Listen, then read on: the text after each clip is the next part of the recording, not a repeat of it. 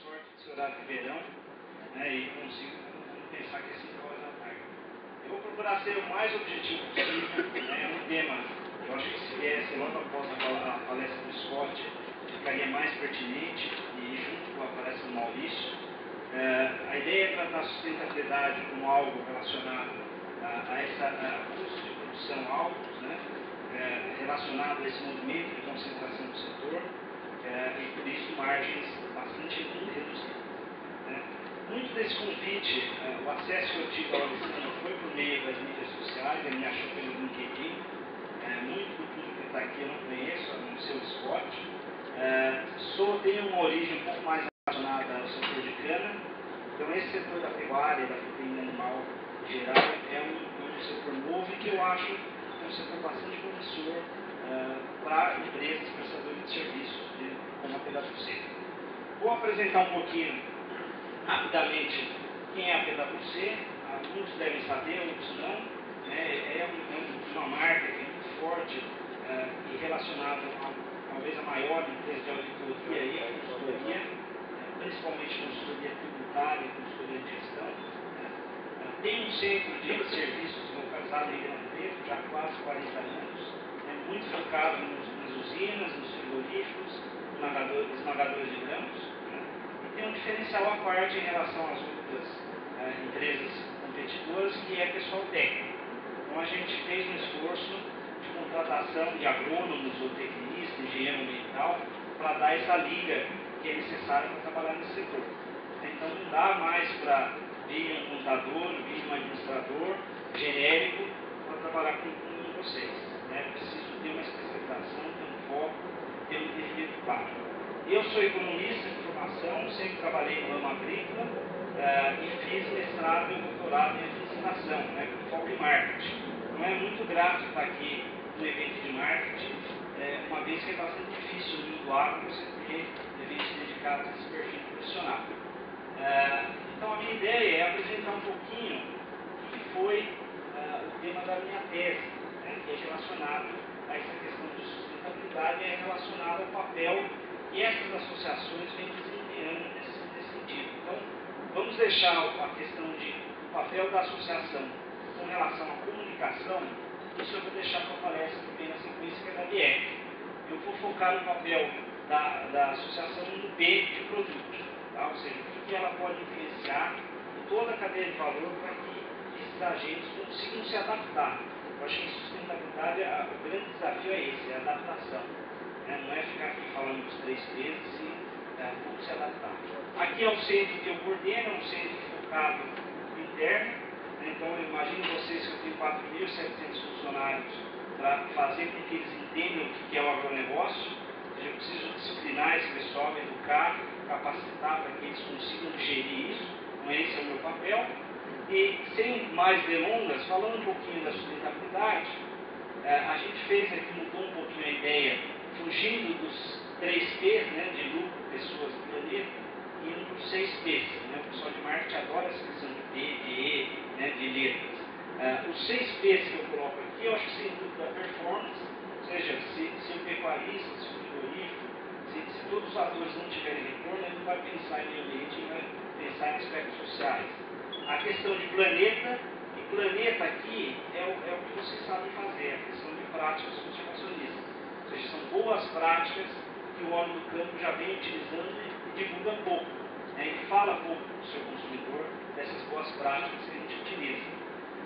A produtividade, foi bastante discutida aqui com o Maurício, a eficiência, a questão das pessoas, então de nada adianta tudo isso se não tiver pessoas qualificadas, entendam por que vem essa nova onda. A questão do portfólio, que é bastante discutido, ou seja produtor, seja indústria, é preciso diversificar, é preciso agregar valor, tudo isso. Parceiros, eu acho que esse evento mostra essa questão do marketing coletivo. Não adianta uma só entidade querer comunicar corretamente com os seus consumidores se todos passarem a mensagem correta. Bom, colocando esse caminho da sustentabilidade nessa barra, eu sei que para o pessoal do fundo fica um pouco difícil, mas decifrando aqui, o Scott colocou isso aqui, nós temos uma situação de cumprimento com as regras do jogo, né? Ou seja, as leis ambientais, as leis tributárias, tudo isso já é muito elevado no Brasil, né? E quando a gente fala de sustentabilidade, a gente está falando de ir além do cumprimento das regras do jogo. Ou seja, ir além do Código Florestal, ir além da questão da NR31, da adequação trabalhista, né? Ir além de tudo isso. E isso demanda aspectos de gestão, né? Isso, seja propriedade rural, seja um grande frigorífico. Isso demanda olhar quais são as boas práticas, e para você conhecer boas práticas, você precisa se comparar com alguém, né? Você precisa ter referência, você precisa inovar, e se você quiser ir além da inovação, é inovar de acordo com cada característica local. Ou seja, um equipamento que é bom para uma determinada região pode ser ruim para outra, né? Ao se falar em agronegócio, a gente sabe disso, né? Eu aprendi com os nossos agrônomos que as condições edafoclimáticas influenciam tudo isso que a gente está falando de gestão. Tá? Então, colocando esse caminho da sustentabilidade, eu queria também comentar a nossa ideia de estratégia de competitividade. Aqui. Uma pesquisa que foi divulgada recentemente pela MIT, Boston Consulting Group, colocou que esse setor das commodities, ou seja, o setor que a gente trabalha, está muito preocupado com essa questão da sustentabilidade.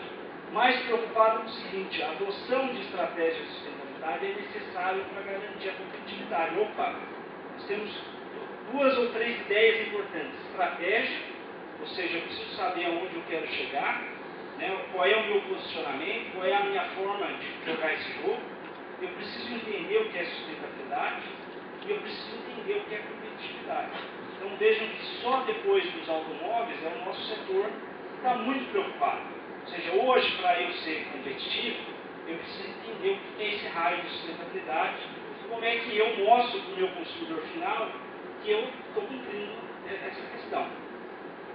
E aqui colocando o que eu entendo por competitividade, ou seja, não é mais só olhar aquele lado de lá, ou seja, só olhar a estratégia privada, não é só olhar se eu trabalho com commodity ou se eu trabalho com algo de valor agregado, né?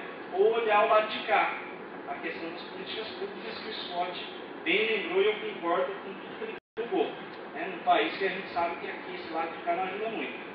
Então, é esse meio, são as estratégias coletivas, feitas pelas associações como a BIEC, que sejam feitas por vocês aqui na Alliance, é que vai ajudar para que esse setor produtivo seja mais competitivo, ou seja, que ele consiga superar a concorrência, ele consiga ser melhor com a Austrália, com os Estados Unidos, né, com a Argentina, com essa ideia.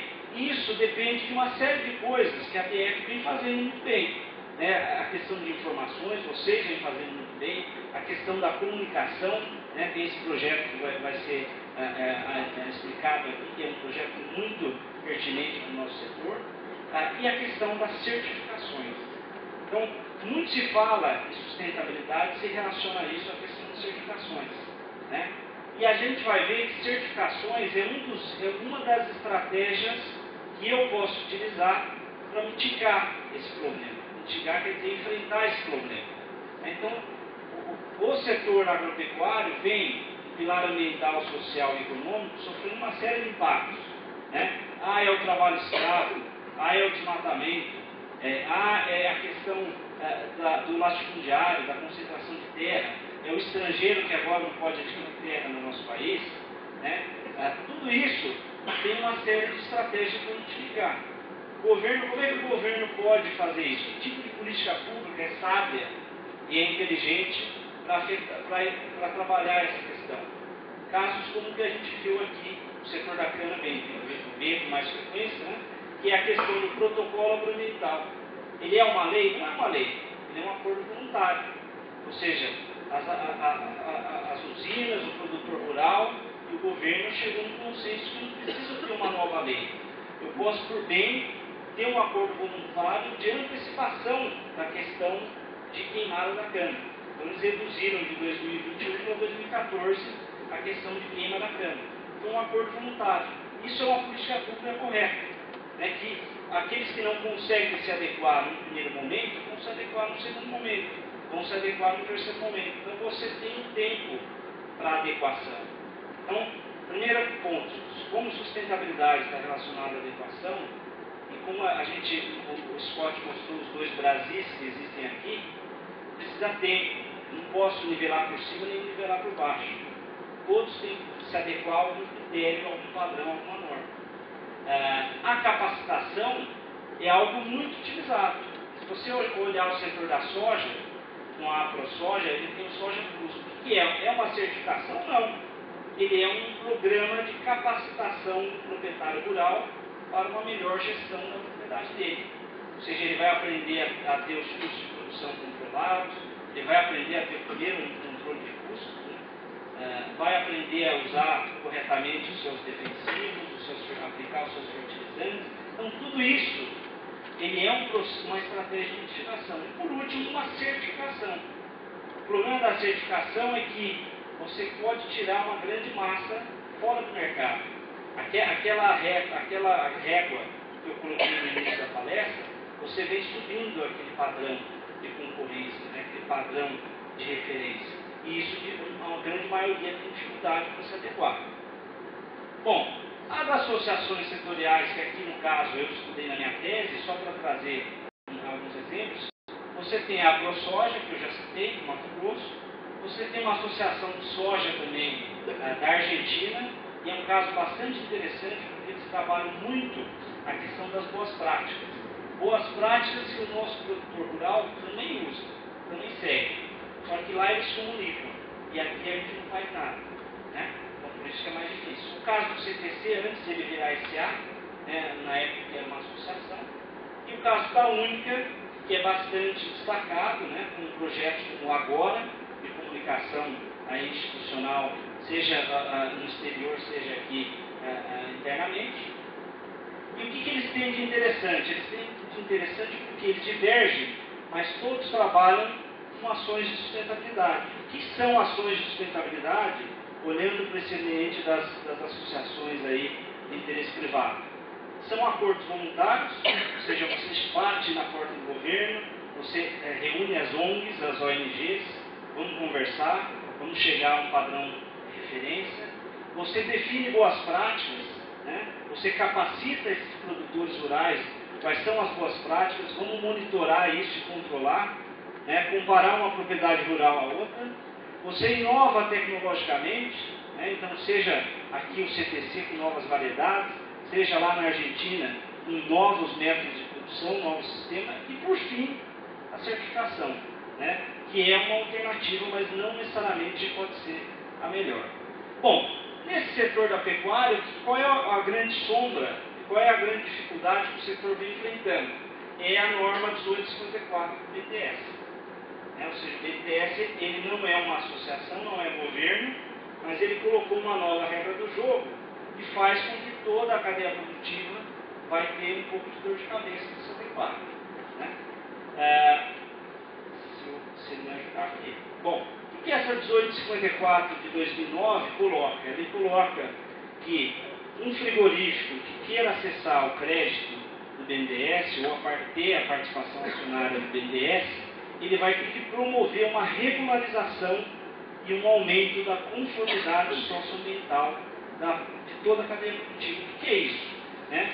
Você vai ter que capacitar o seu produtor rural, o pecuarista que fornece o seu frigorífico, né, para que ele esteja com as suas terras regularizadas, para que ele esteja em dia com o Código Florestal, que a gente sabe, não querendo fazer apologia, sabendo que ele é uma pedra no sapato, e é algo que não existe em outros países, a não ser no Brasil, né, e fazendo com que tudo seja cumprido, tudo seja monitorado. Ou seja, o grande desafio é, para que esses frigoríficos que têm uma rede de pecuaristas muito grande, né, e muito diverso, muito heterogêneo, como é que você faz com que todos estejam de acordo e como é que você registra isso, controla todas essas informações?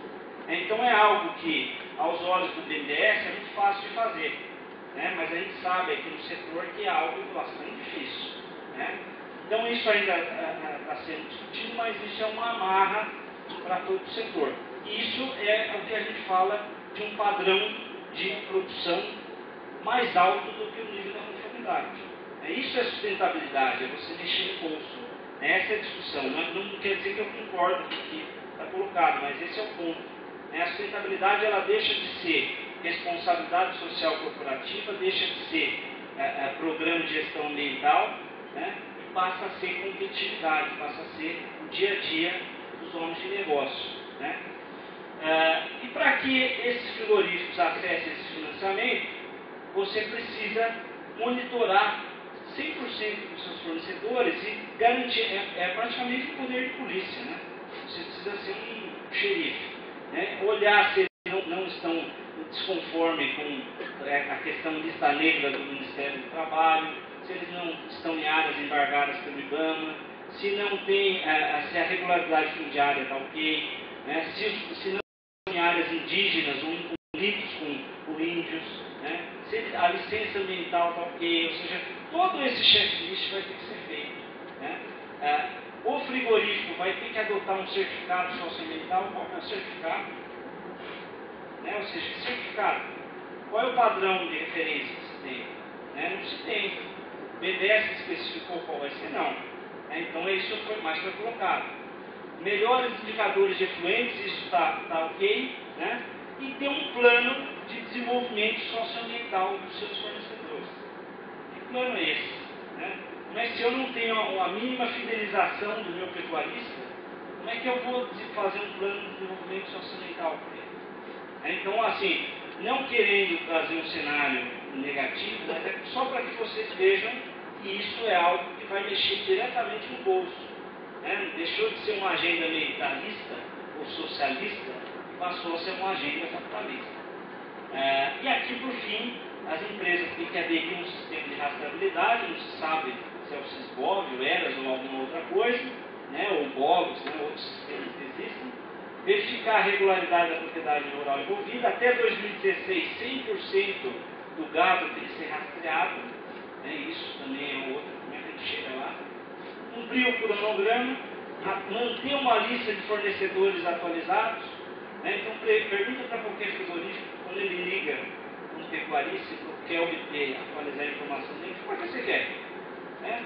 E qual que é o seu interesse? Então, há muita desconfiança em relação a isso, né? E tem um relatório semestral de auditoria independente. Não posso deixar de mencionar que as empresas de auditoria estão adorando isso, né? Mas é algo que para todos a cadeia produtiva é algo difícil de ser atingido. Para fechar esse papo e não me estender um pouco mais, eu queria destacar essa questão da gestão sustentável. Então, isso é algo que já é do dia a dia, seja do setor agrícola ou agropecuário, seja do setor industrial. Né? Isso já não é mais um modismo. O que depende?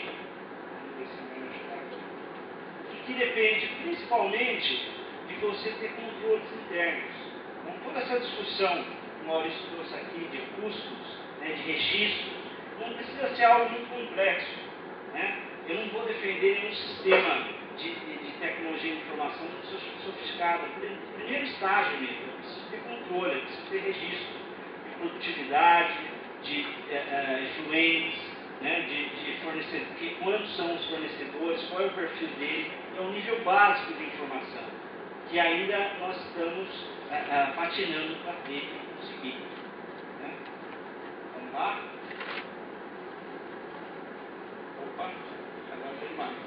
E por fim, os 4 projetos que eu acho centrais, né, vocês não precisam ler isso aí, vai ficar aí disponível.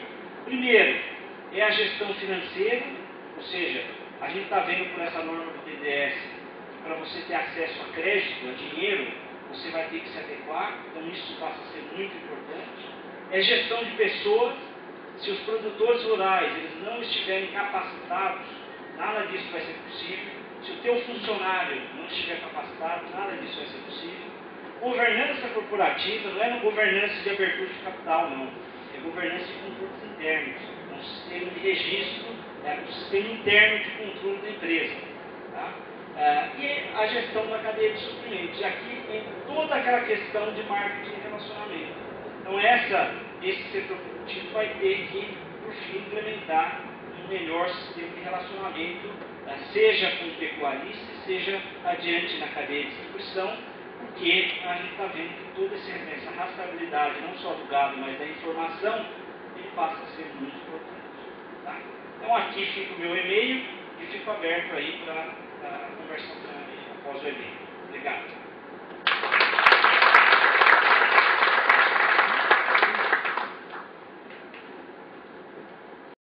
Bom, agora é para a gente fazer o lançamento oficial do FEICORD 2012. Eu convido